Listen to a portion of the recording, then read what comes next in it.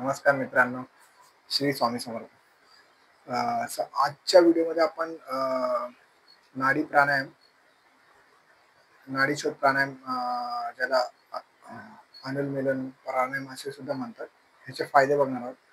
तर मी एक माझी स्टोरी सांगतो मित्रांनो, की 2009 साली मला एक इजा झाली होती, इंजुरी झाली होती डोक्याला, म्हणजे कानाच्या भागामध्ये.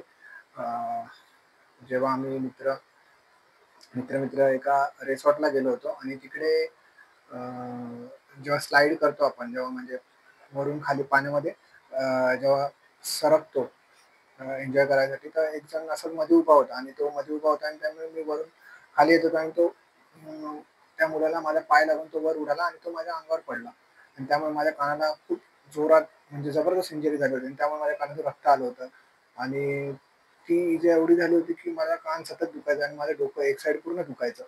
तर त्यावर मी खूप ट्रीटमेंट घेतली. खूप सारे म्हणजे EEG जे मेंदूचं पूर्ण स्कॅनिंग केलं. अ, खूप साऱ्या टेस्ट केल्या. अ, औषधं घेतले आणि हीच हीच गोष्ट कंटिन्यू 7 ते 8 वर्ष चालू होती. सारखे औषधं घ्यायचो, औषधं खाल्ली की बरं वाटायचं आणि मग परत औषधं थांबली की परत ते पेन चालू व्हायचं आणि त्यामुळे मनात एक भीती पण होती की मला काय आजार झालाय का? मला डोक्याला लागलंय तर मला खूप त्रास व्हायचा त्यामुळे. आणि सतत डोकं दुखत असल्यामुळे एक भीती पण असायची मनात, की खरंच मला काही झालं नाहीये ना, की काहीतरी प्रॉब्लेम होईल आणि त्याच्यामुळे मला अजून त्रास होईल किंवा माझं काहीतरी बरं वाईट होईल. अशा खूप साऱ्या गोष्टी माझ्या मनात यायच्या आणि मग त्या टेस्ट करून डॉक्टरांची ट्रीटमेंट, मोठ्या-मोठ्या डॉक्टरांना पण मी भेटलो, ब्रेन स्पेशलिस्ट, मेंदूचे जे स्पेशलिस्ट डॉक्टर असतात त्यांना पण भेटलो आणि ते पण बोलले, की "तुला काय नाही झालं." पण मी त्यांना एकच प्रश्न विचारायचो, की "मग माझ्या डोक्यात दुखतं का? मला त्रास का होतो?" तर मग तेच बोलायचे, की "पेन आहे.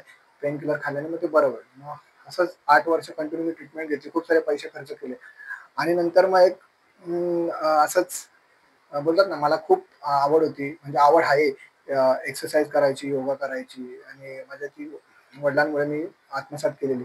तर मग असंच मला अ, नाडीशोध प्राणायामचा मला अ, अ, एक अनुभूती आली आणि असंच विचार केला, की चल एकदा ट्राय करून बघूया, अनुलोम प्राणायाम करून बघूया कसं वाटतं आणि मी प्राणायाम चालू करायला केलं. एका नाकाने म्हणजे श्वास घ्यायचा, दुसऱ्या नाकाने सोडायचा आणि परत हीच क्रिया तुम्ही YouTubeवर सर्च करू शकता, की कसं करायचं अनुलोम प्राणायाम किंवा नाडीशोध प्राणायाम आणि मी केलं मित्रांनो आणि हल्ली मला 2 ते 3 दिवसात मला खूप फरक जाणवला आणि तेव्हापासून माझी औषधं बंद झाली.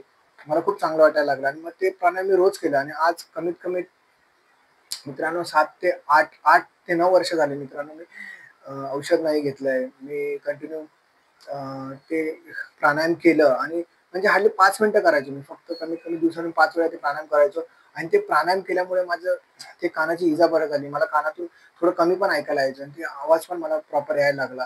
डोक्यात असे आवाज यायचे माझ्या इथे कानाच्या साईडला. ते पण कमी झाले. मनातली भीती निघून गेली आणि खूप चांगला अनुभव आला मित्रांनो.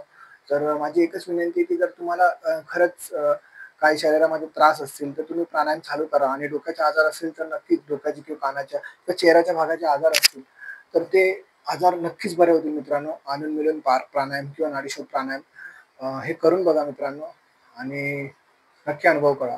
श्री स्वामी समर्थ.